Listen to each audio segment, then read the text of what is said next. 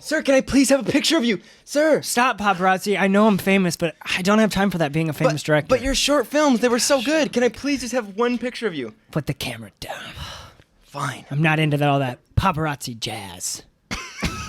I'm into rock and roll. I saw someone the other day.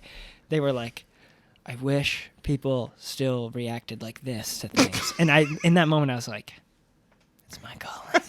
So I'm going to start that doing... would be the best. When people are like, yo, what's up, bro? Hey, have a great time, bro. Hey, let's go, bro. That will make me pee myself. Hey, yo, have a great time, bro. Yo, cowabunga, bro.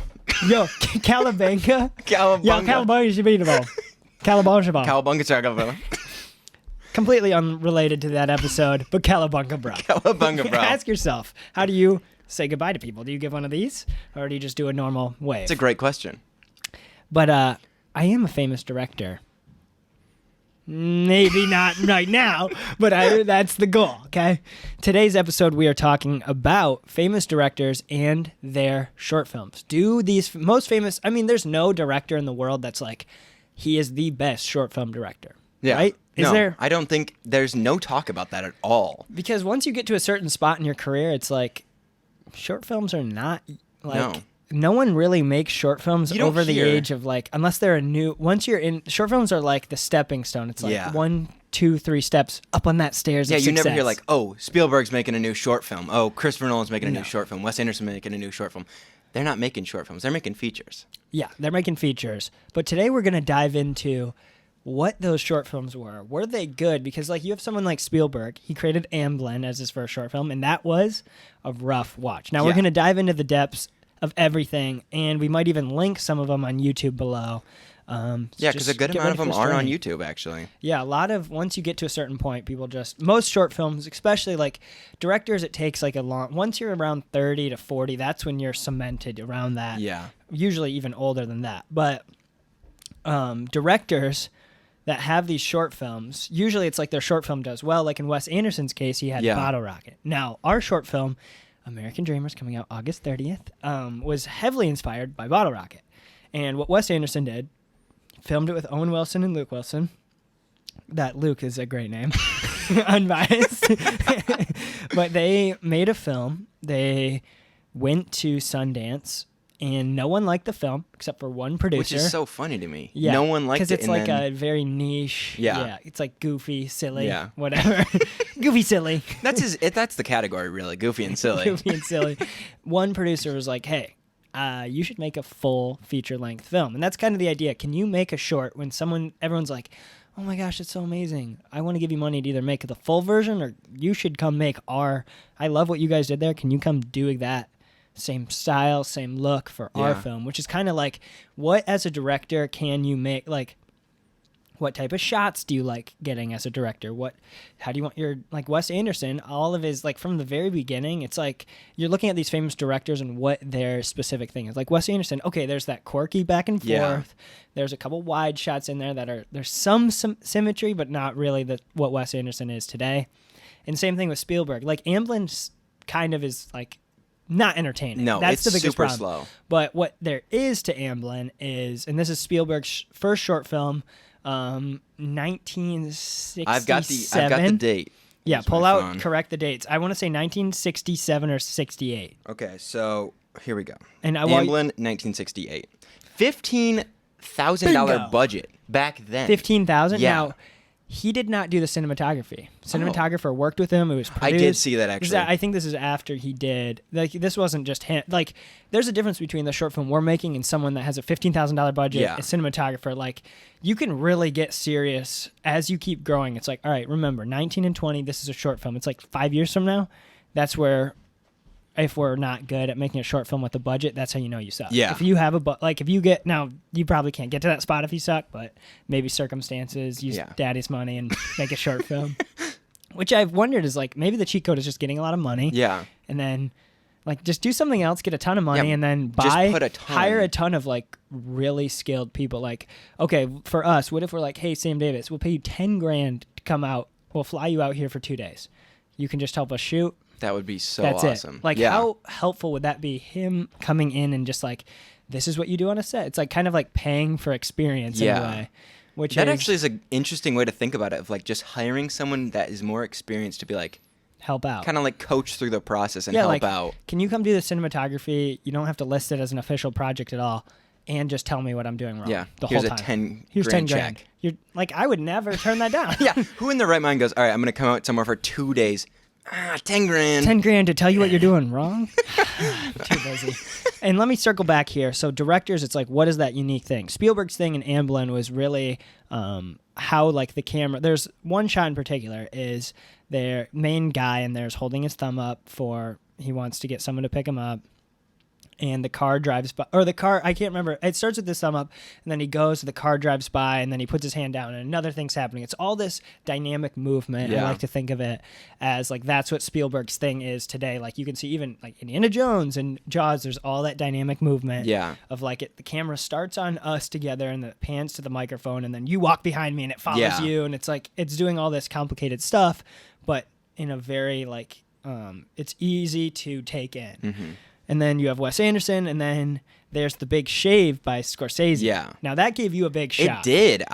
So I was kind of going through, I went through quite a few of like the first short films of big directors, and I watched The Big Shave. And basically, the story of it is, it's 6 minutes. Go watch it. It's on YouTube. Super quick, super awesome watch. But it's basically just this guy goes, like, puts shaving cream on his face. There's like some establishing shots. He starts to shave, and then like slowly he like nicks his face a little bit. Then like, okay, it starts to drip. He keeps going, and then by the end, It's dripping blood. Yeah, it's dripping blood, not shaving cream. But like his face is just covered in blood, Yeah, and he's like, there's blood pouring into the sink, and then the final shot is him like going across his neck, and it's just like pouring blood. And I've seen like such graphic things in like Game of Thrones, and like that made me have more of like a powerful reaction than like a lot of like those scenes. I don't know what it was about it. It was I think just it's like, because it was unexpected. Yeah. I think Like, that like, really what? was. It's just a big shave. He's Yeah. just shaving his face. Oh, God, he's And then dying. it's- Like I was Game like, of Thrones, oh, you're yeah. like, you know someone's going to... Yeah. You're like, okay, I'm ready for someone's head to get shaved off. I'm ready for someone to smash this face in. Yeah, and I'm then- not ready for his face to completely be covered in blood. And what's interesting about that, and at Amblin and Bottle Rocket's a little bit different, is the tripod establishing shot. Yeah. Let me get a close up on what's happening to really, like, just have this world told. Like, let me compress all this stuff. How much information can I give the viewer in this amount of time? And I don't like thinking about how much information can I give to the viewer, because that's like very YouTube video-y of like, all right, their retention rate needs to be up. They need to be interested, which is I mean, you're playing with that a little bit. I think the start, I really like starting with a bang. That's the only thing. Like, I know it doesn't need to be, and that's something I struggled with American Dreamers, was like, I don't have any action till it gets towards the end of the story. In American Dreamers, the basic story, if you don't follow us, first of all, it's You're going to want to follow, because it's coming out very soon. It's coming out August 30th. August 30th? Did you? Oh, Wait, August August 30th is coming out? Oh, sorry, August But the 30th. basic story is Sam plays this character, Jake, and he gets $10,000 or a specific amount of money towards college. He doesn't want to go to college. His grandparents hold that check. He wants to go rob it with his friends. And that's when the action comes at the end, when they actually have the robbery. You're going to have to see what happens. And then who knows what happens? You're going to have to see The it. trailer's out now. But you basically have this idea of like, okay, all this time is building up to the action. Yeah. And in the trailer, I can't even use that action because it gives away the story. So it's Yeah. like, there's what can be so entertaining? Like, action to me is the most entertaining thing. Yeah. I mean, a lot of, like, I think that comes down to the person. I think it's really down. I feel like most people would say action Yeah. is the most entertaining. Now, the most fulfilling, maybe not. Like, the most entertaining, like, that's so entertaining. Like, Mr. Beast is really entertaining, but I don't love everything. Yeah, Now, you're that's not, like, kind of a bad fulfilled. comparison to like film world of. But I think everyone would understand what you're saying there, because it's very, like, you're watching him, and it's a lot of quick action, and it's entertaining, but it's not like a whole lot of substance. Yeah, like yeah, you're not substance is you're not being fulfilled, like you said, by like not being fulfilled by a train going into a hole. You're like, that was cool. You're not going to see that. It's action. It's quick paced. It's. But if it has maybe like, because like what you get in these other short films, and I know we're gonna jump into some other ones. I know that Sam studied a lot of them, but it's like, okay, a short film is all about telling a story. I think American Dreamers, tells a story in one day. Right? Yeah. It's basically that's the idea of like they start in the morning, they go rob. Yeah. Like that's kind of this basic, literally the outline. In the most simple terms. But in Amblin, it's like, all right, I mean, they're walking on a road, basically. Yeah. The Big Shave takes place in literally a 5-minute. It's like, what is the best length for a short film? Yeah. Because I really like the 15-minute, like, American Dreamers. That's really fun to me. Yeah. But what I wonder is, like what we're going to do, sneak peek, Men in Black, is like a fun little... It's kind of like taking American Dreamers and shortening it a little bit, Yeah. saying like, let's not tell a whole day, let's tell like a 2-hour span. Yeah. Like, can we tell an interesting 2-hour span in this world? Because all these really good short, and like Bottle Rocket, I mean, that's kind of like an American Dreamers of like, all right, we're just telling a story. We're telling, like, what does a short film need to be 1 day, 1 year? Like, what's the length of a short film that's best? And I think thinking of it like that gets a little gimmicky. I don't think you want to place. It's like, how long do you need to tell this story? Yeah. Right, this story takes place over 10 days. I'm going to show a 5-minute short film. And of it.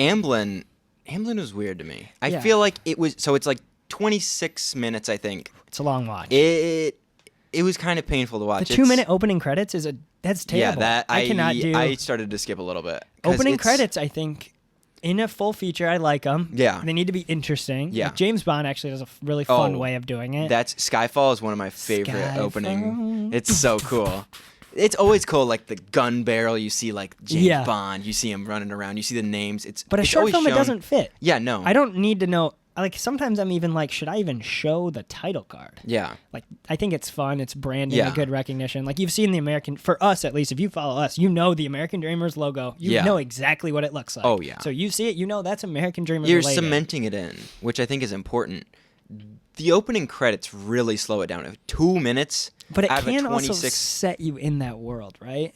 Yeah, like, because it kinda kind of doing is. It's both. more of like an establishing period where you're like showing Yeah. what's around. You're showing kind Like of the like what's Big going Shave, on. slow yeah. shots, kind of. Yeah, I don't know. But if the Big Shave had Martin Scorsese film on it, Yeah. like, what do we think about that? I mean, that's an interesting. Maybe it works. But what if it was John Smith short film? Like, it's And that's cool just- that it's yeah. Martin Scorsese, but if it's John Smith, And are you just saying John Smith is it's just, just a like random? that's just the medical name that they put down for unregistered people. John Smith. Yeah. Wow, Sam I did not know that. You come to the Suka podcast for film first, second for Sam's medical knowledge. Medical knowledge. I'm here. Sam's got a medical family behind him, so they just are Yeah. feeding him info. John said, "That's funny. If your name's John Smith, bummer. Yeah, 'Cause that you're is the really most sad. Default, you're You literally have an the NPC. most common name You're literally ever. an NPC default character in the world legally. Yeah. So John, yeah, like, okay, it's cool that it's Steven Spielberg's, but if John Smith or blank or whatever, Yeah. John Smith's short film produced by John Smith's younger brother, John Smith Jr. John Smith Jr. Then it's like I don't care about like- that person. Like, if at any point at your film people skip, that shouldn't be there. Yeah. Right. Yeah. Kind of thinking of it, but there is some stuff like some people just can't do like back and forth dialogue to set up. Like in American Dreamers, it's back and forth. It's funny. That's one thing about Amblin. No dialogue at all. Which is interesting. Now, my dad, who wrote American Dreamers, this is a little sneak peek. He's going to work with one of his writer friends, and Sam and I are going to help him out. He's making a film. He's a filmmaker as well.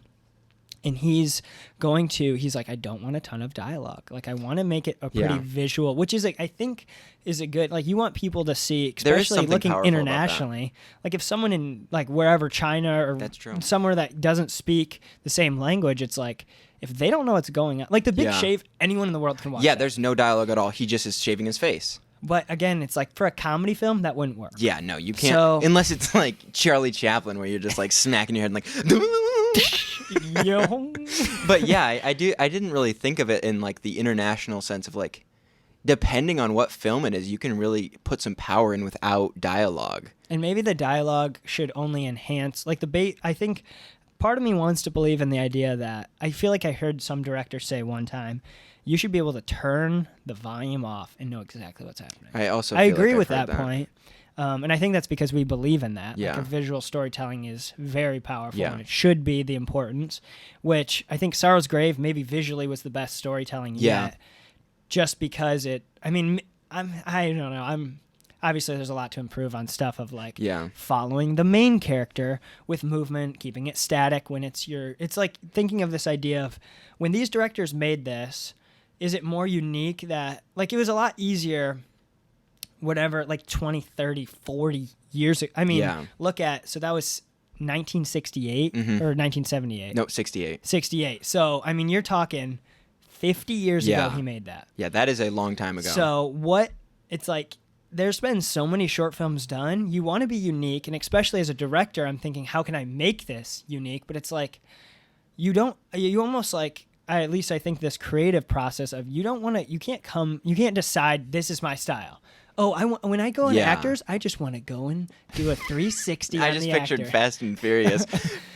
No, what was that? That was That was Fast and Furious. Yeah. Because they every time. So if you haven't seen Fast and Furious 10, there's like every establishing shot of the city there, and it's like 720 crazy. It's so crazy. It's so funny. But yeah, you can't really decide it just kind of happens, and I think it's really just up to what you like. And I think it's like a trope they call it. Yeah. But like when you're watching a Wes Anderson movie, I never want the feeling to be this must be a Wes Anderson movie. Yeah. Like Spielberg movies, I mean, if you for some reason put 10 of Spielberg's movies together and showed someone that's never seen them before, I think they would just be like, these are all great. Yeah. I think they're pretty. I mean, John Williams and Spielberg work hand in hand. So like anytime you hear John Williams, you're probably going to think subconsciously Steven Spielberg. But if you took away all the names and you watched like these films, you're gonna be like, okay, they're pretty similar. But if you watch Wes Anderson, you know they're all the same guy. That was one of my problems with the newest movie, Asteroid City. I felt like he was trying so hard to be Wes Anderson. Yeah. And like if you go back and watch Asteroid City, like you were saying, you can tell it's him, but it's not like overwhelming, and it's like it's using those elements that he loves in a good fashion. I felt like maybe this is just me, but I felt like it was so much and so in your face about it. It was like tons of like the 90-degree turn of like... Or when he just does like the track and goes through everyone. He uses a lot of blocking, which is just like if I'm standing here, Sam walks by me. And then like a ton of symmetrical, super quirky dialogue. It was just like, I just got like overwhelmed by like how Wes Anderson it was. I was like, I just can't get behind it. It like distracted me from the story. Maybe that's just like because I've like seen a lot of Wes Anderson. I'm like I'm looking out for it, and maybe people don't notice that if they're not looking for it. But that's just how I felt with it. So I don't know. When he was creating Bottle Rocket, he was not thinking I want to be Wes Anderson. Yeah, he was thinking, how can I tell this in an interest? How can I show this story? How can I tell this story the best way? And you can see those small elements of like, okay, quirky dialogue makes this more interesting. He wasn't saying, okay, I need, like, maybe Asteroid City is much better without quirky dialogue, without a ton of symmetry, but is Wes Anderson going to get, now, have you, the leaked clip of Wes Anderson is so funny. Screaming. Oh my gosh, he's like, I'm Wes Anderson! I'm Wes Anderson! You don't tell me what to do! You do what I say! If it's not symmetrical, It's like... that's embarrassing. If that's how you're on a set. And in this day and age, like, you can't be just throwing that around, especially with how many, like, anyone can record anything you're saying. You just, and first of all, like, come on, have some self-respect. You are a human. People are humans around you. Treat them like people. You're Wes Anderson. You're a movie director. You're not a god. Yeah. Like, you're just a normal person. Chill Even out. though, like, the director gets treated like, bow down, don't talk. Which is something Sam and I want to do. And we're I want Sam to tell people, like, do not talk to, like, he will snap on you. And then I go, I'm like, what did you just say to me? And then we troll them. We're like, here's a cookie. Please work for me. That'd be so funny. But what like, kind of the thought of, like, I don't think, this is what makes Spielberg so good. I don't think he ever thought, I need to do this really nice slow pan movement because I'm Steven Spielberg. I think he's like, this is how stories are told best. This is where it fits best. I love that. I love his movement. It looks so good. Oh, yeah. Like, there's a little bit of it in Amblin, but I went and I watched the Sugarland Express? Yeah, Sugarland Express. I actually really liked it. It was very... Have you ever seen Bonnie and Clyde? No, I have not. It's... So, basically, Bonnie and Clyde is, like, the couple that went around America and, like, robbed people. Gotcha. And it's very similar to that story. I liked it a lot, actually, but you can see that it's like much more his style. Was this was Spielberg? Yeah, this was directed by Spielberg. This must have been early. First. This is his first feature? Yeah. Right before Jaws. Yeah. So it's coming back. So Sugarland Express is right before Jaws. It did well, but it didn't do as well as Jaws, it wasn't clearly. Like the block. Did it have a lot of dolly movement? Yeah, it did. It was clearly much more related to like his stuff that he does in features. Like Amblin, I felt like had a little bit, but not very much.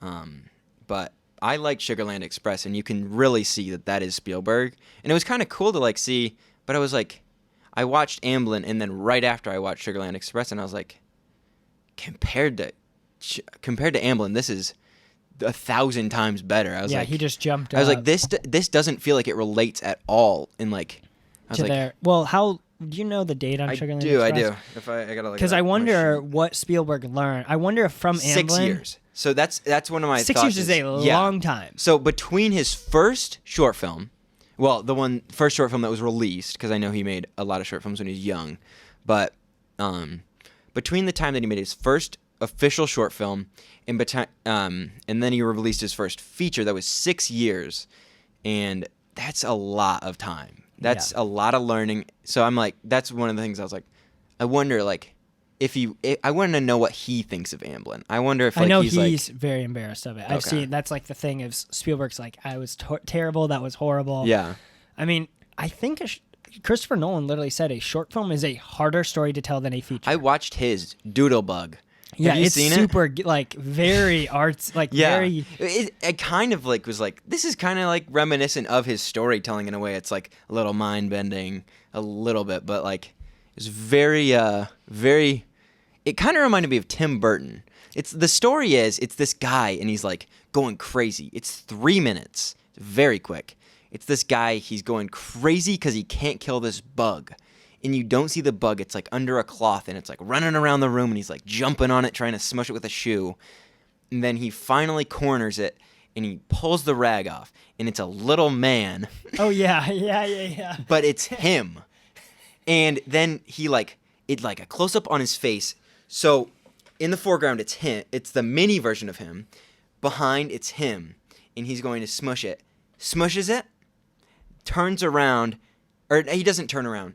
Then all of a sudden you see a big face come up behind him. You got to play the clip if you can for people. Will. I've seen some of it.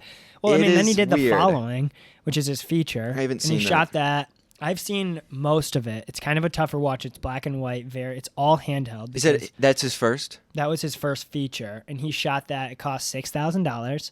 Oh, I've heard of it. Yeah. Now I feel like making a feature proves a lot more. Yeah. Like, okay, would it be worth, instead of spending $600 on a short film, $600, like that's kind of right around our budget. Being honest here is like Vendetta's Debt, maybe 200 around there. Then Sorrow's Grave, maybe like 200 again around. I mean, give or take some stuff. Now American Dreamers, there's a lot more stuff going on. Yeah.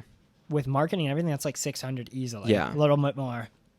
What if we just took the next 3 months to make a full feature Christmas film? Yeah, that would be awesome. So I think we've talked about this multiple times, but Luke will send me these Instagram reels. It's like Christmas when you were 2000 in middle school or elementary school.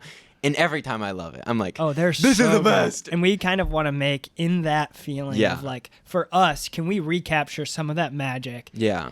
Now, like, would it be like, we could do a 40-minute story. Yeah. So it's weird. They say 90 on like. Yeah, but some's but over then 40. On. Film festivals are under 40. Yeah. It's weird. Film festivals say 40 is a feature. I'm tired of the rules. But I don't want to play your game. Yeah, and then somewhere else it says it's 90 minutes. And it's like... I don't know what the official... Yeah, I'm like, where are we going? I think it's like, at that point, it's like, film is an art form. Yeah. I don't think it matters. Yeah. Like, okay, we're going to call this... I mean, it does matter, technically, but like...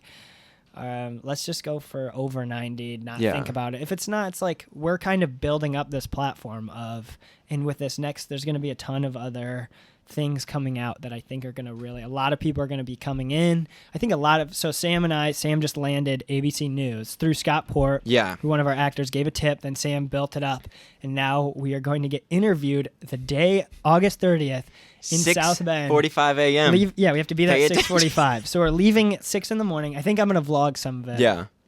The retro cam would be fun. That would be awesome. Oh my gosh, set up a camera. Like, that's what I was thinking. ABC 57, if you're watching this. No, we're not. No, we're not going to set up a phone. They probably would let us, honestly. Yeah. We could meet some people there, too, like the guys running the camera. That would be awesome. Would be funny. I'm getting a little nervous for it. Me too. I can't lie. We're live. I'm excited that Scott will Hello. be there. Yeah, Scott Scott's will gonna be a very good person to break tension if there's anything like, yeah, he'll be like, Andy's all right, just you like a guys are very idiots. relaxing Yeah, presence. Like, yeah. it's very hard to be uncomfortable and awkward around Scott. He's so awesome. He's so nice. He's so funny. He's been around a lot longer than we have, Yeah. so he knows like situations of like this is going to be uncomfortable. He used to be a prison guard. We had him on. If you haven't seen that episode, it's awesome. And he's talked to everyone, the Yeah. worst people in the world. So I don't think a news interview will be Yeah, that if scary you go for back to that episode, you can hear about yeah, like, some of the funny intense people stories. he's Even worked though our with. interviewing was so garbage. But yeah, so that's just we're going for this, and that's going to bring in a lot of eyes to American Dream. I think it could do very well numbers wise. Oh, yeah. Because if we land Harold Palladium, I think we're going to get Yeah. another coverage. Harold on them. Palladium sounds like they're interested. ABC 57, we've got that locked down.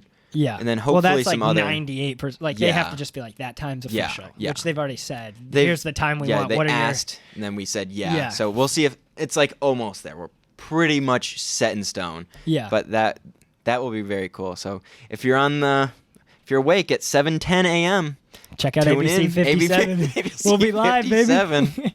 Yeah, so that's bringing eyes, and it's like that's some marketing stuff of like, okay, American Dreamers is doing well. There's going to be some of this other stuff that I'm not going to reveal yet because it's like maybe this won't even happen or whatever. We're even talking of like a name change of what's going to be just to be more like get more clicks, get more searches, get more brand notoriety, and kind of get away from the Suka name, Yeah. but not away from it, if that makes sense. Like Suka Productions is 2 words. We want it to be one thing. Yeah. Not going to reveal. You're anything. going to see it. It's going to be That's pretty much locked down. Yeah. And we're getting away a little bit from the short film stuff, but that's just kind of like, okay, here's what these directors have done. Okay, now let's look at, okay, what we're doing. Okay, now what can we do to either bring in eyes and money to make something really good next? It's Yeah. almost like that thought. It's like, okay, I think American Dreamers is really solid. I think we can do really good, but I think we are going to hit a point where we are making very, very good short films. Yeah. And if we don't take that leap to a feature, we are going to be stuck. Yeah. I don't think we'll ever get stuck in short films, No, but I know what you're saying. Like another year of short films would not be the Yeah, like, I mean, and it's not going to really progress us that much. Yeah. I mean, it'll progress our skill level and like what we're learning, but compared to what a feature would do, I think Yeah. that is completely different. There's one more short film that I watched. I think I maybe watched another one, but I want to talk about this one. This name I got a hard time saying, I can't lie. Taika Waititi. Oh yeah. Which Yeah. I won't reveal that because I don't have that connection locked down yet, but maybe we might know. But maybe I might know him. Who knows? We might have a tie in there. We don't we know. got a lot of, we might also know a new producer as well. Oh, sorry.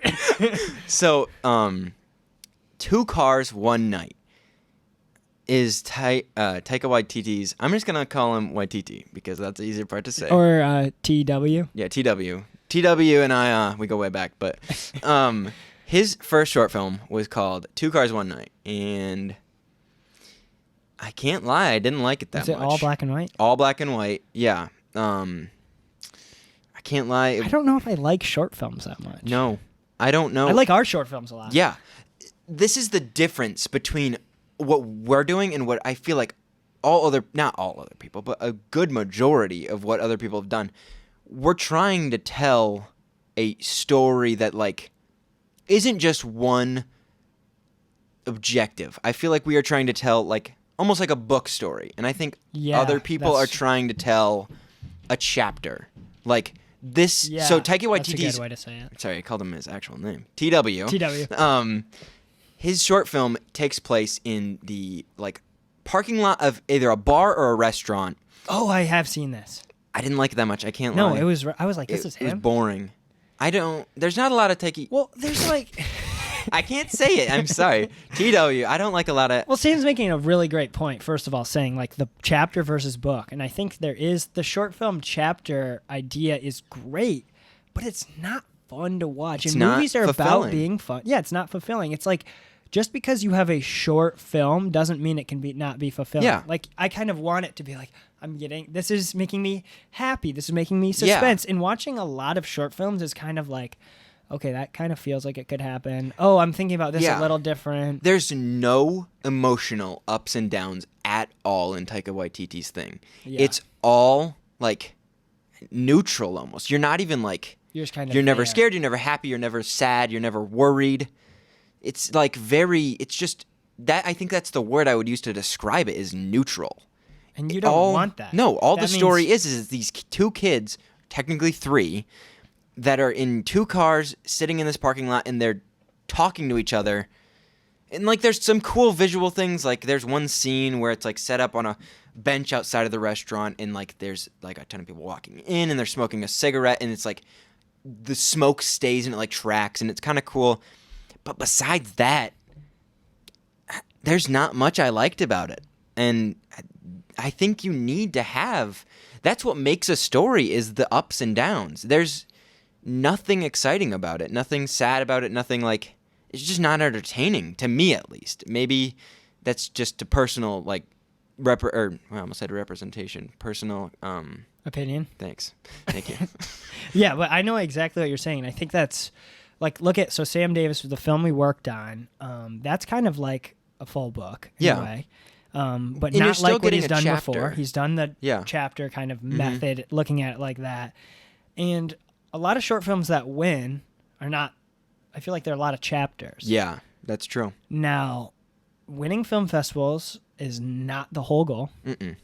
It's like, would you rather build a loyal following of people that love that you can tell these full stories in a short time, along with maybe some of those chapters, like with the Men in Black thing, that's going to be maybe like a chapter feeling. Yeah, that'll be a chapter. But it'll be also a fulfilling chapter. Yeah. It's like still going to have the ups and downs moment. Yeah. Because I think a chapter can still have the ups and downs moments. Yeah. I just think a lot of the things that people do with the chapter moment tends to be one feeling consistently throughout it. Like and maybe that's better. I mean, if we're looking at what we like, we do not like. I do not like watching a lot of short films I watch, even if they look incredible. Yeah, I'm like, oh, that wasn't very entertaining. The story like, tends I don't to be wanna, lackluster. Like I'm like, that was cool. It's just a different way of a story, and I get that. Because if you looking at the short films we're talking about, Nolan's short film, it's pretty entertaining. Yeah, it's interesting. Amblin was, I mean, it's entertaining enough. And I think back then, it probably was and more this is entertaining. The only copy of it on YouTube is so garbage. Oh yeah, the quality's horrible. It's 360p. The Big Shave has great quality. Yeah, and that's literally like 5 lines from the book almost. Like he starts shaving, he cuts himself, he does one big cut, end. Yeah. Now it's like almost.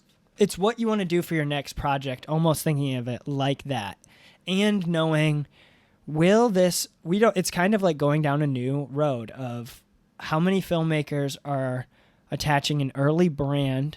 Like how many filmmakers are showing off, and now we'll kind of dive into a little bit of what we've been going back and forth with of, okay, what if we told a short film in the world of Men in Black? Yeah. With new characters like Stormtroopers in Star Wars, or what? At this point, we could honestly, we're at that 33-minute mark. We could even give them a little tease of the story that's to come. Yeah. So the story that's to come is I'm working on it right now. It's Men in Black, and it's the Will Smith's character's 2 PAs.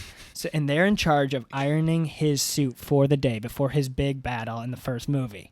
And while they're there, they're going to see like this little bug, and they're going to lose their mind. And they think it's an alien. They start overthinking everything, and then people are walking by, and they're like threatening this bug that it's not even real. And then they have to zap the people that are like coming by. If you haven't seen Men in Black, they've got this little, erase their like, memory. Yeah, they've got this pen that like they click, it flashes, and then they can't remember like the last 15 minutes. And then they keep like screwing it up and telling them the wrong. It's like kind of like, this is a funny... Like that, a lot of people will see. Now, the idea is like, okay, how can we practice these skills? Now get more people watching that can say, okay, it's very hard to make something original and very good.